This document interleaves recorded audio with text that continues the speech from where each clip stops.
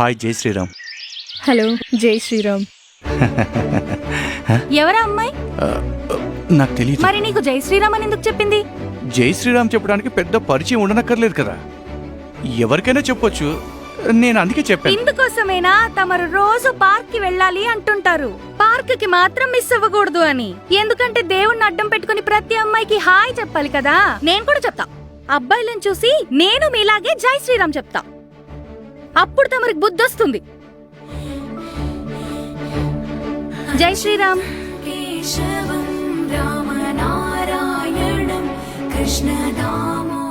జై శ్రీరామ్ అండి.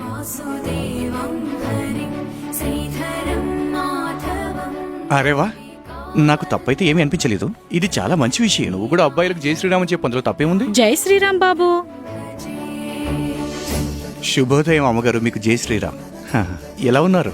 బాగున్నాను. ఇంతకు ముందు ఆమె ఎవరో నాకు తెలీదు.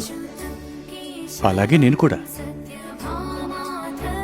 నిన్న ఆవిడకి నేను జై శ్రీరామ్ అని చెప్పాను. అది గుర్తుపెట్టుకుని నాకు ఇవాళ చెప్పారు. భగవంతుని తలుచుకోవడానికి ఒకరినొకరు తెలుసుకోవాల్సిన అవసరం లేదు.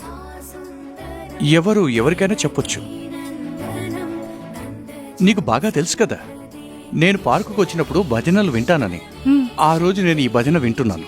రామనామం అనే ముత్యాన్ని పంచుతాను ప్రతి ఒక్కరికి, చెందుతుంది ఇది అందరికీ.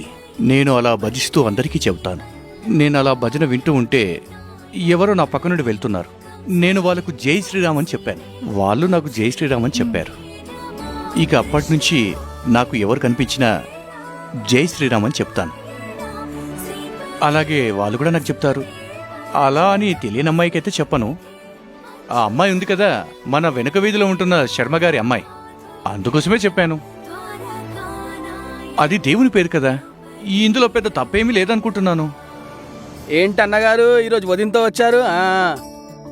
జై శ్రీరామ్.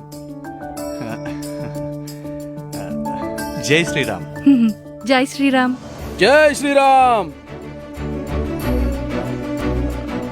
ఇక వెళ్దామా?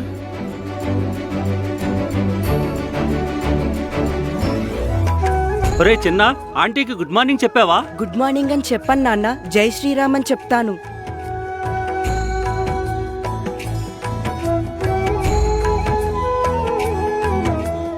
జై శ్రీరామ్ తమ్ముడు.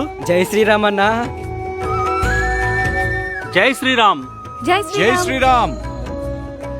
జై శ్రీరామ్ బాబు. జై శ్రీరామ్ అమ్మగారు, ఎలా ఉన్నారు? మీ అందరికీ మా తరపున జై శ్రీరామ్.